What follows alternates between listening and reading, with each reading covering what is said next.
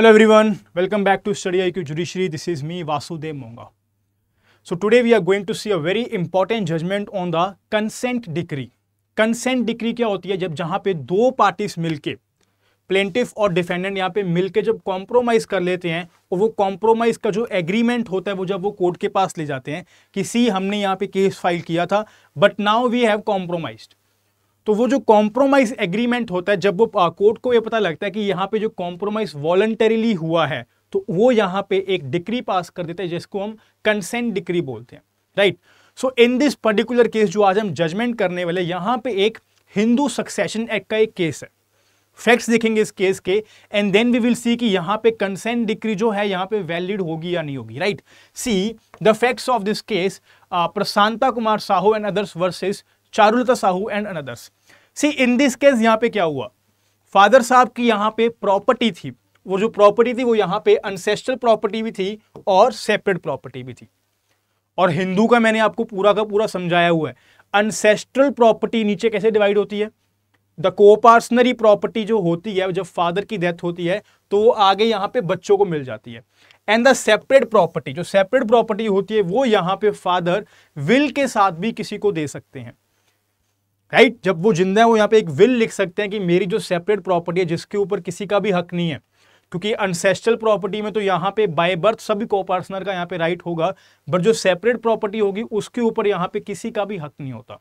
And father by will can give the property to anyone, one thing. But in this case यहाँ पे जब bye will यहाँ पे property नहीं गई, क्योंकि विल लिखी ही नहीं गई, तो प्रॉपर्टी कैसे जाएगी? By intestate succession, by intestate succession. अब इंटेस्टेड सक्सेशन के जो रूल्स हैं उसके अकॉर्डिंग भी यहाँ पे प्रॉपर्टी किसको जाएगी? सन्स एंड डॉटर्स को, सन्स एंड डॉटर्स को यहाँ पे प्रॉपर्टी जाएगी। सी अब इनके यहाँ पे तीन बच्चे थे, दो लड़के थे और एक यहाँ पे डॉटर थी। Now after the death of the father, मैं इसको अभी आपको यहाँ पे ग्राफ बना के भी समझाऊंगा, बट एक बार आप जनरली समझिए कि जब फादर की डेथ हो गई तो एक यहाँ पे बेटे ने पार्टीशन क्लेम कर लिया कि जितनी भी यहाँ पे प्रॉपर्टी है, फादर की प्रॉपर्टी है, हमारी प्रॉपर्टी है, जो भी यहाँ पे अब यहाँ पे पार्टीशन कर ले जाए भाइयों और बहनों में, राइट। और ये जो पार्टीशन क्लेम किया ये यहाँ पे 2005 से पहले किया गया। यहाँ पे मैं बिफोर 2005 अलग से क्यों लिख रहा हूं? बिकॉज इन 2005 यहाँ पे एक अमेंडमेंट आई थी section 6 of the Hindu Succession act में, जहां पे डॉटर्स को भी को पार्टनर बोल दिया गया था, राइट। अब अगर डॉटर्स को पार्टनर है तो जब पार्टीशन होगा तो प्रॉपर्टी यहाँ पे डॉटर्स को भी जाएगी।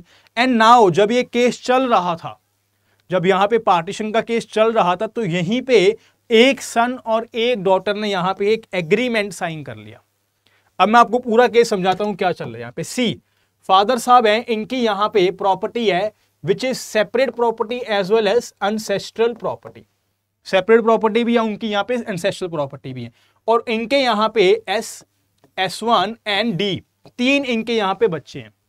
Now S here claims for the partition, जब फादर की डेथ हो गई है, जब डेथ हो चुकी है, at that time he claims for the partition. और पार्टीशन कब क्लेम कर रहे हैं? Before 2005, before 2005। और यहां पे ट्रायल कोर्ट में जब डिक्री आई तो उन्होंने यहां पे पार्टीशन में जो भी शेयर दिए, ट्रायल कोर्ट की डिक्री आई, उन्होंने यहां पे पार्टीशन में शेयर दिए कि S का ये शेयर है, S1 का ये शेयर है और D का ये शेयर है। बट यहीं पे S was not satisfied, अब यहां पे S satisfied नहीं था। Then he went to the high court, तब यहां पे ये हाई कोर्ट में फाइल हो गई application, and then to the supreme court जब यहां पे सेटिस्फेक्शन नहीं हुई। नाउ द थिंग इज, जब ड्यूरिंग दिस पीरियड जब यहां पे केस पेंडिंग था, जब यहां पे केस पेंडिंग था, at this point of time this person S and D ने यहां पे एक कॉम्प्रोमाइज कर लिया कि मान लो अगर हमारी ये प्रॉपर्टी है तो हम कॉम्प्रोमाइज कर लेते हैं कि ये जो प्रॉपर्टी होगी ये S की होगी, ये S1 की होगी और ये D की होगी। पर ये कॉम्प्रोमाइज किया किसने है? S एंड D ने। S1 ने यहां पे कॉम्प्रोमाइज में साइन नहीं किए हैं। ये जो दोनों में कॉम्प्रोमाइज हुआ, एक सन और एक डॉटर में यहां पे कॉम्प्रोमाइज हो चुका है। Now see what is the issue.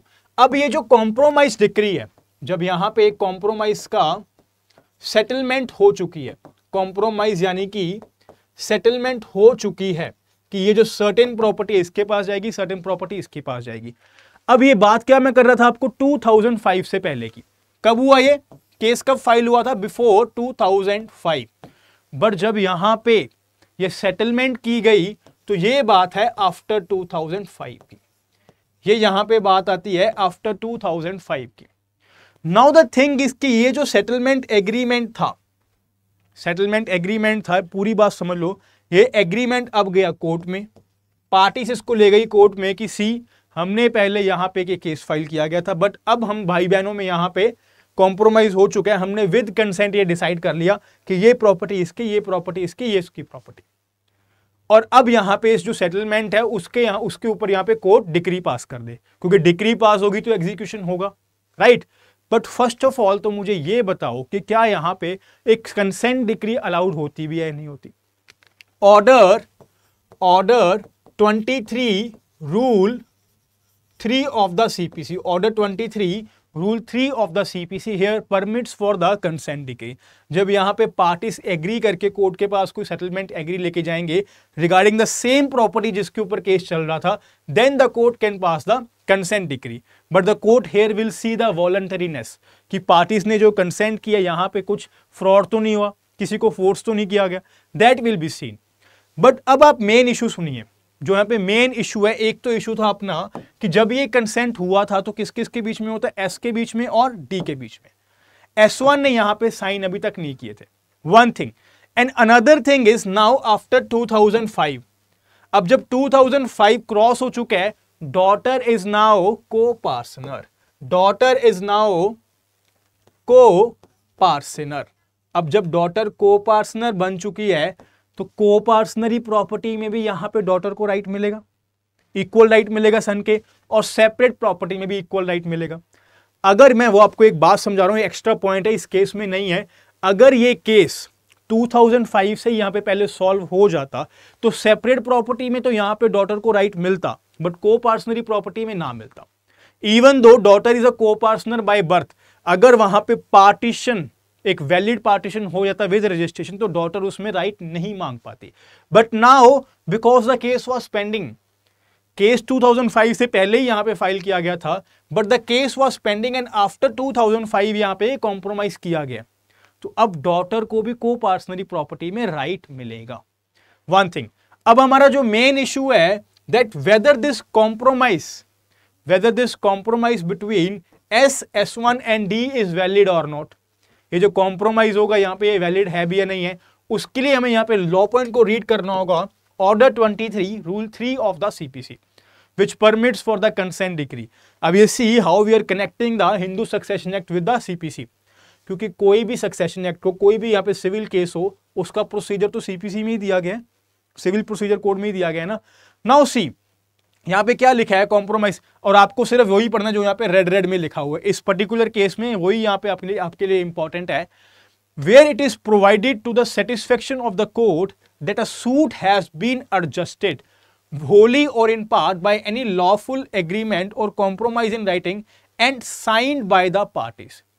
जहां पे कोर्ट को ये लगे, कोर्ट यहां पे सेटिस्फाई हो जाए कि यहां पे एक एग्रीमेंट, एक एडजस्टमेंट हो चुकी है पार्टीज में, होली हुई हो या फिर पार्टी प्रॉपर्टी में कुछ प्रॉपर्टी को लेके हुई हो, then the court shall order such agreement, compromise और satisfaction to be recorded and shall pass a decree in accordance therewith. उसको यहां पे जो भी यहां पे कॉम्प्रोमाइज का एग्रीमेंट होगा उसी के अकॉर्डिंग एक डिक्री पास कर दी जाएगी, right. But the word used here is in writing and signed by the parties, in writing and signed by the parties. In our particular case there were 3 parties, यहां पे 3 parties थी, कौन कौन थी? S1 and D। ये जो word है signed by the parties, क्या अगर हम जब इसकी इंटरप्रिटेशन करेंगे, when we will interpret this word, क्या पार्टीज में ये यहां पे मेजॉरिटी ऑफ द पार्टीज की बात कर रहे हैं या फिर ऑल द पार्टीज की बात कर रहे हैं? When a case is filed related to the dispute of all, तीनों को यहां पे प्रॉपर्टी में शेयर मिलना है, तो यहां पे ऑल द पार्टीज जो यहां पे साइन रिक्वायर होंगे सभी पार्टीज के होने जरूरी हैं, and unless and until all the parties agree to that particular agreement और the compromise, this compromise is not valid. समझ आई बात? And that is what the supreme Court held in this case. The supreme Court while adjudicating in appeal filed it and has been held at a suit for the partition of a joint family property. जहां पे एक joint family property है, right? अब इसके partition की बात कर रहे हैं तो जितने भी लोगों में पार्टीशन होना है, अब इस पर्टिकुलर केस में 3 लोगों में होना था. अगर आप कोई कॉम्प्रोमाइज कर रहे हो then all the parties to that partition, जितनी भी उसमें पार्टीज थी सभी के यहां पे साइन नेसेसिटी होंगे.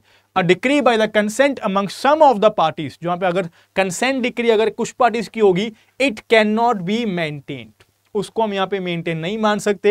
When a settlement deed has been executed in respect of a joint property, then such settlement must record written consent and signatures of all the parties in order to attain the legality of that agreement. Clear हुई ये बात? Order 23 Rule 3 of the CPC. एक बारी फिर से सुनो, इसका crux क्या है कि इसका फादर की यहां पे डेथ हो गई, फादर की कुछ प्रॉपर्टी थी. अब उनमें से एक बच्चे ने यहां पे पार्टीशन क्लेम कर लिया. अगर ये पार्टीशन 2005 से पहले ही हो जाता, जो इस केस में पॉइंट ने मैं आपको एक्स्ट्रा समझा रहा हूं, 2005 से पहले ही हो जाता, तो जो को पार्टनरी प्रॉपर्टी थी उसमें यहां पे डॉटर को राइट ना मिलता, बिकॉज डॉटर वाज मेड को partner after the 2005 amendment act of the Hindu Succession act. One thing. Another point here is कि यहां पे अगर हमने कॉम्प्रोमाइज कर लिया तो कॉम्प्रोमाइज यहां पे वैलिड कब है? कॉम्प्रोमाइज डिक्री यहां पे ऑर्डर 23 रूल 3 में कोर्ट पास कर सकता है. कब होगा वो? When it will be sign by all the parties to the dispute. जितनी भी यहां पे डिस्प्यूट में पार्टीज होंगी सभी के सभी अगर साइन करेंगे तो. But in this particular case यहां पे एक भाई ने उसको साइन नहीं किया था, that is why it is not a valid agreement और इस पे यहां पे डिक्री पास नहीं की जा सकती. Alright, and now I should tell you here that study IQ judiciary आपके लिए यहां पे 2 तरह के कोर्सेज प्रोवाइड करती है. वन इज आवर जुडिशरी महापैक and other is our smart course. अब ये जो जुडिशरी का महापैक है, here we provide you the syllabus of the 16 states. आपको यहां पे 16 स्टेट्स का पूरा सिलेबस कवर करवाया जाएगा.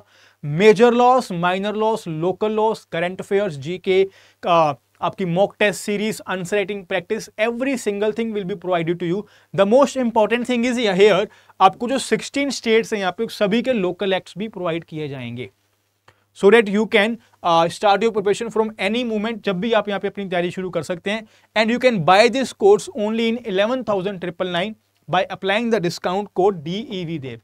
ये कोड आपको यूज करना होगा देव, and you can start with your preparation from today onwards. All right then, thank you so much. I will see you in the next class.